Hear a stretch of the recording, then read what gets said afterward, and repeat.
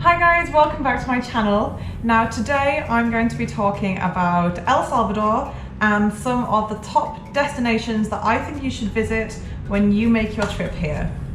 Now El Salvador unfortunately isn't on everybody's lists when they do their planning for their backpacking trip through Central America, and I have set out to change this and put it definitely on that backpacker trail because it's got so much to offer. The people are so friendly, it's really cheap, so it's good for your backpacking budget. There's incredible surfing, great food, and there's just so much to do. I've really enjoyed my time here, and I've got a whole host of things that I'm going to recommend to you guys. So let's get started.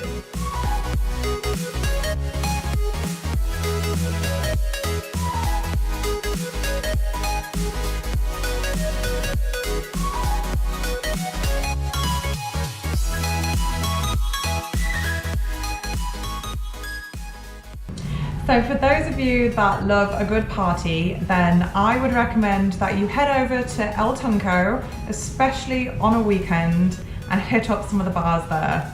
Now, it's a really popular place to go for sunset drinks. There's a lot of people sat at the beachside bars watching the sun go down, and it really is a pretty special sunset. What I find crazy about it is how quickly the sun suddenly seems to set. Like you're watching it and then just all of a sudden you can actually physically see it go down really quickly. And it's a really fun place to have a drink. There's a load of DJs there, and to be honest, I posted a few videos of my sunset drinks when I was there, and people didn't think it was El Salvador. They were guessing it was like Bali. It's just a really laid back, fun place to be. And then as soon as the sun sets, then people head off to the bars and the clubs and party into the middle of the night. It's a really cool place, good for surfing, and definitely needs to be added to your list.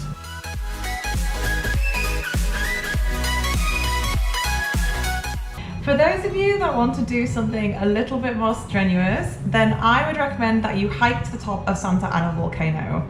Now, it's not the easiest of hikes, so if you're completely unfit, it's maybe not the best idea. But if you've got at least some level of fitness, then you should be able to manage the hike. It's like about an hour to 2 hours depending on how quickly you walk, and then a lot quicker when you're coming down.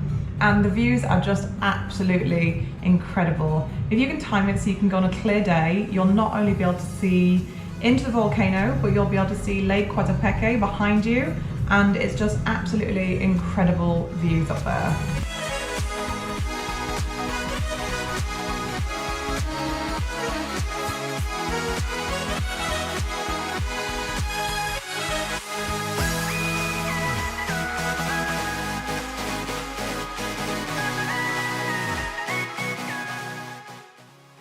One of the things that I enjoyed most when I was in San Salvador, the capital, was visiting Mercado Ex Cuartel. Now you've got to excuse my pronunciation there.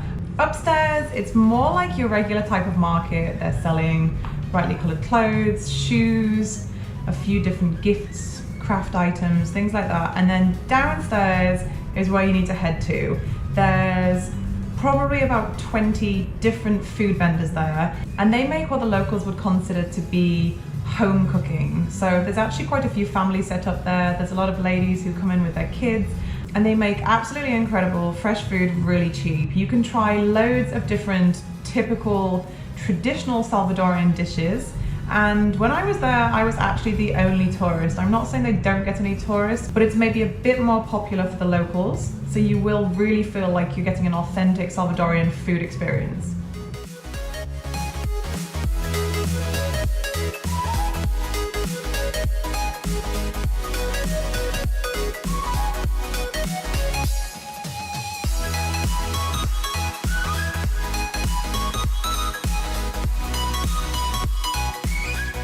If you have a couple of days where you just want to chill out and relax, then I'd recommend that you head to Lake Coatepeque. Now, it's a really beautiful lake. Like I mentioned before, on a clear day you can actually see it from the top of Santa Ana volcano. And it's quite a relaxed place. It's not going to be a party atmosphere, but there's some really nice properties around the outside of the lake. I stayed in a beautiful Airbnb there. Now, the kind of activities you're going to find, you can rent boats, you can rent kayaks. there's actually an island in the middle of the lake. So I rented a kayak and paddled pretty slowly over there to have a little look around. It's not particularly on the hostel trail, although there are a few hostels where you can stay around the lake, and it's actually pretty easy to get to. There's buses that go every half an hour from Santa Ana, so you can get the bus down for less than 50 cents and even just spend the day there if you fancy it.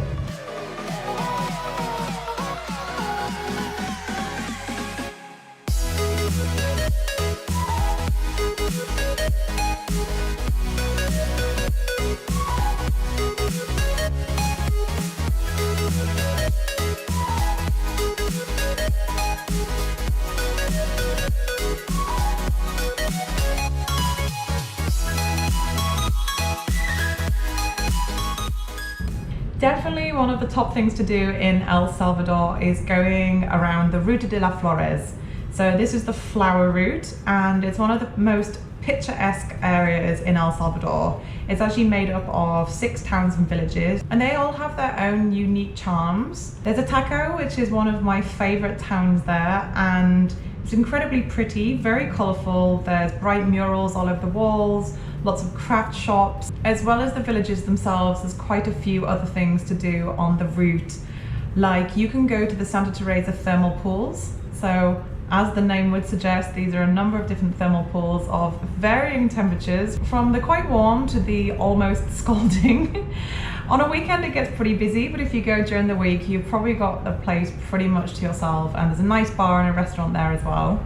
There's also the El Carmen coffee estate, and this is just outside of Ataco, and obviously El Salvador is super famous for its coffee, but you can do a tour of the estate and learn about the process, and most importantly, try some of their gourmet coffee at the end.